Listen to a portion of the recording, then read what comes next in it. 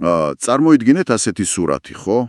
იღვიძებთ სვამტყავას, მიდიხართ სამსახურში, მუშაობთ დაუღალავად და ბრუნდებით სახლში სრულიად გამოფიტული. ზუსტად და მეორე დღეს ზუსტად იგივეს იმეორებთ. თან გამუდმებით ცდილობთ, რომ დაარწმუნოთ საკუთარი თავი, აი ეს ყველაფერი რაღაც უფრო დიდ, ასე ვთქვათ, მნიშვნელოვან მიზანს ემსახურება. თქვენ, ვინც ახლა გვისმენთ, ალბათ კარგად იცნობთ ამ მდგომარეობას. კი, ნამდვილად ნაცნობი გრძნობაა. ხო, ჩვენ ამას ხშირად 21 საუკუნის თანამედროვე ეპიდემიას, პროფესიულ გადაწვის სინდრომს ვეძახით. ან უბრალოდ გრაინდ კულტურას, თითქოს ეს მხოლოდ ჩვენი თაობის უნიკალური ტვირთია. მაგრამ დღეს ჩვენ გვაქვს ტექსტი, რომელიც ამ კომფორტულ ილუზიას პირწმინდად ანგრევს. მართლად პირწმინდად. და დღევანდელი ჩვენი სიღრმისეული განხილვის წყარო არის მცირე, თუმცა ემოციურად უკიდურესად მძიმე და, დამაფიქრებელი ნაწყვეტი ტექსტიდან. მას პირობითად ფუჭი სიცოცხლის ციკლი შეგვიძლია უწოდოთ. ჩვენი მისია გავშიფროთ, რას ნიშნავს სინამდვილეში ეს ფუჭი სიცოცხლე. ანუ, ეს არ არის უბრალოდ ლამაზი რითმებით აწყობილი პოეზია. არა, სულაც არა. ეს არის, ასე ვთქვათ, ულმობელი სარკე. სარკე, რომელშიც ავტორი დაუნდობლად აირეკლავს საზოგადოების ფარისევლობას, ამაუებას და რაც მთავარია, ადამიანური ყოფის მხოლოდ ბიოლოგიურ დონემდე დაყვანის ტრაგედიას. და იცით რა, სწორედ ამ სარკის დაუნდობლობაში, აი ამ შეულამაზებელ სიმართლეშია ტექსტის მთავარი ძალა. როდესაც ამ წყაროს ვსწავლობდი, მუდმივად ერთი აზრი მიტრიალებდა თავში. ანუ, ეს არ არის წარსულში მცხოვრები ადამიანის ლოკალური წუხილი. აჰა, უფრო გლობალურია, ხო? კი ბატონო, ეს არის უნივერსალური დიაგნოზი. ტექსტი გაიძულებთ ჩვენს და განსაკუთრებით თქვენ, ჩვენო მსმენელო, რომ დაუსვათ საკუთარ თავს ძალიან არაკომფორტული შეკითხვა, აი, ვართ თუ არა ჩვენც ამ ფუჭი წრებრუნვის მონაწილეები, თან ხშირად ისე, რომ ვერც კი ვაცნობიერებთ ამას. ხო, ეგ მართლა მაშინებს ხოლმე. ავტორი გვაჩვენებს, რომ ტექნოლოგიები იცვლება, ეპოქები იცვლება, მაგრამ ადამიანური არსებობის მექანიკა თუმაში სულიერება არ არის, საოცრად სტატიკურია და დამანგრეველი. ნამდვილად. მოდით ეს ყველაფერი დეტალურად განვიხილოთ და პირდაპირ ტექსტის ყველაზე მძიმე მეტაფორით დავიწყოთ, რადგან ავტორის შესავლის გარეშე პირდაპირ მთავარ სათქმელზე გადადის. ის ამბობს: ვაი ჩვენს პატრონს, დავდივარ როგორც დადიოდა ჩემამდე ბევრი. ჩემს თავზეც ბრუნავს ხან დოლაბი, ხან კიდევ კევრი. ძალიან ძლიერი დასაწყისია. საოცრად. როცა ამას ვკითხულობდი, წარმოვიდგინე არა უბრალოდ ყოველდღიური რუტინა, არამედ რაღაც მექანიკური, ინდუსტრიული სიმძიმე. მიუხედავად იმისა, რომ ავტორი აგრიკულტურული იარაღებს იყენებს, ანუ დოლაბს, რაც წისქვილის ქვა, და კევრს, მარცვლის სალეცხს. კი, ზუსტი წარმოდგენაა. ხო, და ჩემი აზრით, აქ ავტორი უბრალოდ კი არ წუწუნებს მსმენელთან, რომ აი ცხოვრება რთულია. ის ამბობს, რომ ცხოვრება კონკრეტულად გფქვავს. წისქვილის ქვის მიზანი ხომ მარცვლის ინდივიდუალური ფორმის განადგურება და მის ერთგვაროვან მასად, ანუ ფქვილად ქცევაა. თითქოს ისტორიული ციკლი მიზანმიმართულად ანადგურებს ჩვენს ინდივიდუალობას. აი თქვენ ზუსტად შენიშნეთ ამ ინსტრუმენტების სპეციფიკა, რაც აქ ყველაზე მომხიბვლელია. ის არის, რომ თავად დოლაბისა და კევრის ფიზიკური ბუნებაა საინტერესო. დოლაბი არის უზარმაზარი მძიმე ქვა, რომელიც განუწყვეტლივ მონოტონურად ბრუნავს. ყოველგვარი გაჩერების გარეშე. კი. მას არ აქვს ემოცია, ასე ვთქვათ. მას არ სძულს მარცვალი, ის უბრალოდ ასრულებს თავის ფუნქციას. ფქვავს ყველაფერს, რაც მის ქვეშ მოხდება. ავტორისთვის ისტორია, საზოგადოებრივი წნეხი და ყოველდღიური ყოფა სწორედ ასეთი ინდიფერენტული, დაუნდობელი მექანიზმია. ანუ პიროვნულად არავის ერჩის, უბრალოდ სისტემაა ასეთი. ხო, ზუსტად ეგრეა. და როდესაც ის ამბობს, რომ დადიოდა ჩემამდე ბევრი, ის აცნობიერებს საკუთარი ტრაგედიის ბანალურობას. წარმოიდგინეთ, რამდენად დამთრგუნველია იმის გააზრება, რომ შენი ტანჯვა, აი შენი ბრძოლა გადარჩენისთვის სრულიად არაუნიკალურია. თაობები მოდიან, ექცევიან ამ დოლაბის ქვეშ, იქცევიან უფორმო მასად და მიდიან. მე მართლა საშინელი საფიქრალია. კი, ეს არის სისტემა, სადაც ადამიანი კარგავს თავის მესს. მაგრამ იცით რა მაფიქრებს? აი თუ კი ცხოვრება მართლაც ასეთი დაუნდობელი წისქვილია, რომელიც ყველას ერთნაირად გვქავს, მაშინ ლოგიკურად ჩნდება ერთი ძალიან დიდი წინააღმდეგობა. ჩვენ ხომ ხედავთ ადამიანებს, რომლებიც ამ მექანიზმში არათუ გადარჩებიან, არამედ დიახ, და აი სწორედ აქ ინაცვლოს ავტორის ფოკუსი. ის ინდივიდუალური, ეგზისტენციალური კრიზისიდან გადადის ფართო საზოგადოებრივ კრიტიკაზე. ტექსტი გვიჩვენებს თუ როგორი ტიპის ადამიანებისთვის არის შექმნილი ეს წისქვილი. აღმოჩნდება, რომ სისტემა, რომელიც ანადგურებს მოაზროვნე მგზნობიარე ადამიანს, საოცრად ხელსაყრელია სრულიად სხვა კატეგორიისთვის, ხო? ნამდვილად ასეა. და აი აქ ხდება ყველაფერი ნამდვილად საინტერესო. ავტორი წერს, ვხედავ რეგვენი ლაპარაკობს ამაყად მძიმედ და მე შენ გეტყვი უბატონოდ ხმას გასცემს ვინმე. კაცი თუ ქალი, ეჯიბრება იმაში ურთერთ სიტყვის და საქმის დაცილებას ვინ შეძლებს უკეთ. ოხ, ეს ტრიქონები ძალიან მძიმეა. საოცრად, როცა ამას ვკითხულობდი, გონებაში მაშინვე თანამედროვეობა მომიტივტივდა.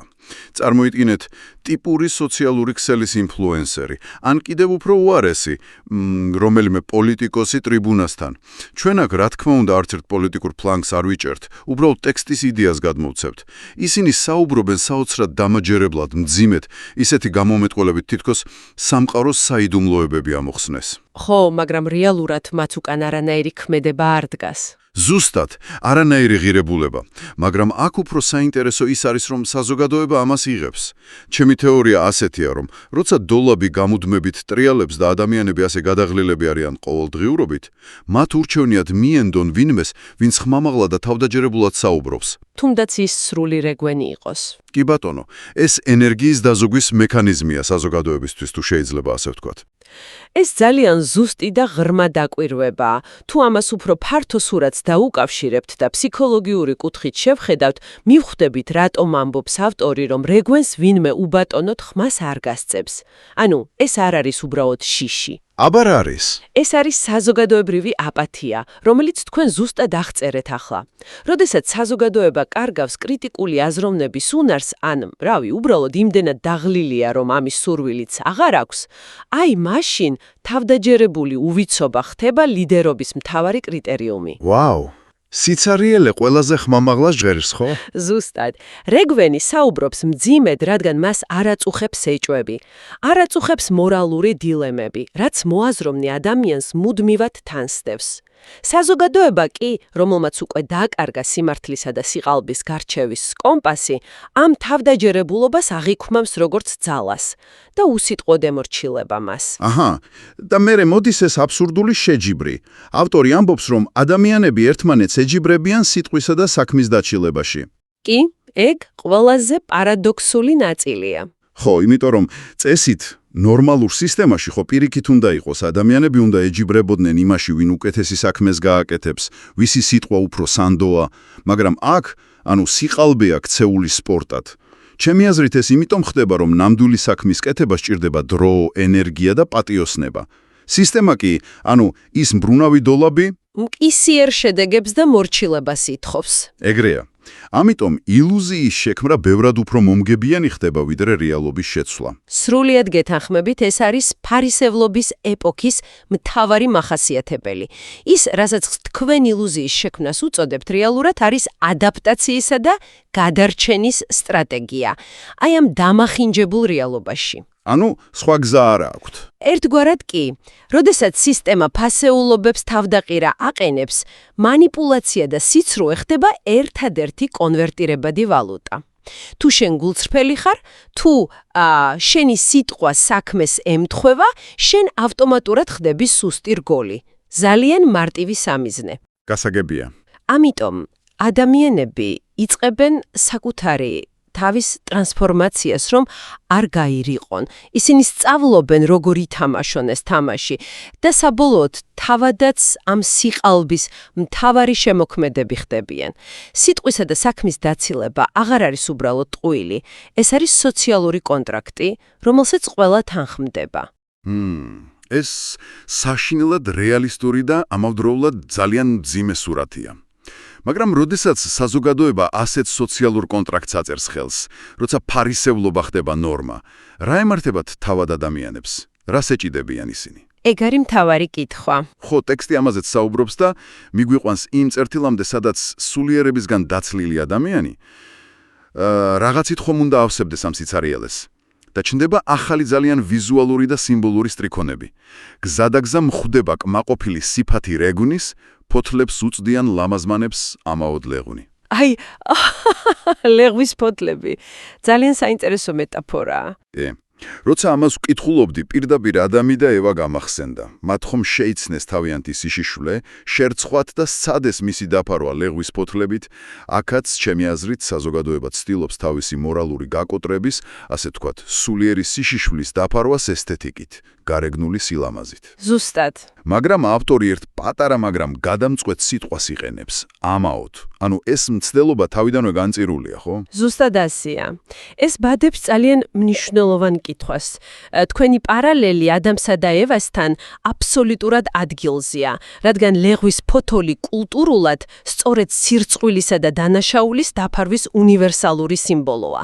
მაგრამ სიტყვა ამაოდ აქ მართლაც საკვანძოა. ავტორი გვეუბნება, რომ გარეგნული სილამაზე რა ფორმითაც არ უნდა იყოს ის მოწოდებული? იქნება ეს ფიზიკური სილამაზე თუ სიმდიდრე? დიახ. ფიზიკური სილამაზე, სიმდიდრე თუ თუნდაც მაღალი სოციალური სტატუსი. ეს ვერასდროს დააკომპენსირებს შინაგან სიცარიელეს. მორალური სიშიშვლე იმდენად თვალსაჩინოა, რომ მას ვერანაირი ლეღვის ფოთოლი ვერ ფარავს. ეს კმაყოფილი, მაგრამ შინაგანად ცარიელი სახეები, რომლებსაც ავტორი გზადაგზა ხვდება, არიან ზუსტად ის ადამიანები, რომელმაც წარმატებით გაიარეს სიტყვისა და საქმის დაცილების შეჯიბრი. მათ მოიგეს თამაში, მაგრამ დაკარგეს ადამიანური არსი. გასაგებია, ანუ მორალური სიშიშლე ესთეტიკით ვერ დაიფარება. მაგრამ აი შემდეგ სტრიქონებში ავტორი კიდევ უფრო შორს მიდის და უნდა გამოგიტყდეთ, აქ ცოტათი მინდა შევეკამათო ამ აბსოლუტურ პესიმიზმს. სიამოვნებით მოგისმენთ. ის წერს: დროდადრო მესმის უხერხული ხალხური ლექსი. ვჭამოთო კარგად, არაფერი შეგრჩება მეტი. ვაი ჩვენს პატრონს. ჩვენი ყოფის თავი და ბოლო, ჭამა და საჭმლის მონელება თუ არის მხოლოდ. აი მოიცადეთ ერთი წუთით. რა არის ცუდი კარგად ჭამაში? აჰა, ანუ რატომ აკრიტიკებს ასე მკაცრად? საახუ ფრაზა ვჭამოთო კარგად, სხვა არაფერი შეგრჩება, ხომ უბრალოდ ცხოვრებით ტკბობას ნიშნავს. ეს არის მომენტის დაჭერა, უბრალო ადამიანური სიამოვნების მიღება ამ რთული, ასე ვთქვათ, დოლაფქვეშა ცხოვრებიდან. რატომ არის ავტორი ასეთი მკაცრი? რატომ აქცევს უბრალო ჰედონიზმს ეგზისტენციალურ ტრაგედიად? მე მგონია, რომ როცა სისტემა გფქვავს, შენი ერთადერთი ნუგეში შეიძლება სწორედ კარგი სადილი ან ფიზიკური სიამოვნება იყოს. თქვენ რას ფიქრობთ? თქვენი წინააღმდეგობა სრულიად ლოგიკურია და ერთი შეხედვით თითქოს მართლაც ზედმეტად მკაცრი ჩანს ავტორის პოზიცია. ბუნებრივია თავად კვივის აქტში ან ცხოვრებისეული მომენტებით ტკბობაში ცუდი არაფერია. მაგრამ, აი დააკვირდით, ავტორი ამახვილებს ყურადღებას სიტყვაზე მხოლოდ. მხოლოდ ჭამა და მონელება? დიახ. ჩვენი ყოფის თავი და ბოლო, ჭამა და საჭმლის მონელება თუ არის მხოლოდ. პრობლემა იწყება იქ, სადაც ეს მარტივი ფიზიკური სიამოვნება რჩება არსებობის ერთადერთ მიზნად. მოდით გავაანალიზოთ, რას ნიშნავს მონელება ფსიქოლოგიური და ფილოსოფიური კუთხით. ეს არის გარემოდან რესურსის მიღება, მისი გადამუშავება და უბრალოდ გამოყოფა ყოველგვარი დამატებითი ღირებულების შექმნის გარეშე. ანუ შენ უბრალოდ მოიხმარ სამყაროს და არაფერს ქმნის სანაცვლოდ. დიახ, ზუსტად ეგრეა. როდესაც ადამიანს არსებას, რომელსაც აქვს პოტენციალი იაზროვნოს შექმნას, განიცადოს ღრმასულიერი კავშირები, იბრძოლოს იდეალობისთვის, თავისი არსებობის უმაღლესი აზრი დაჰყავს უბრალოდ ცხოველურ მეტაბოლიზმამდე, ეს არის ნამდვილი ტრაგედია. კი ბატონო. და ეს არ ეხება მხოლოდ პირდაპირი გაგებით საჭმელს. თანამედროვე სამყაროში ეს ჭამა და მონელება შეიძლება იყოს ინფორმაციის გაუაზრებელი მოხმარება, ეგრეთ წოდებული doom scrolling-ი, ანუ მიზნო კონსუმერიზმი. მუდმივად რომ სკროლავთ სოციალურ ქსარებს, ხომ? ზუსტად, ჩვენ მოვიხმართ ნივთებს, მოვიხმართ ინფორმაციას, მოვიხმართ ემოციებს და ვაქცევთ მათ ნარჩენებად, ისე რომ ჩვენში არაფერი იცვლება.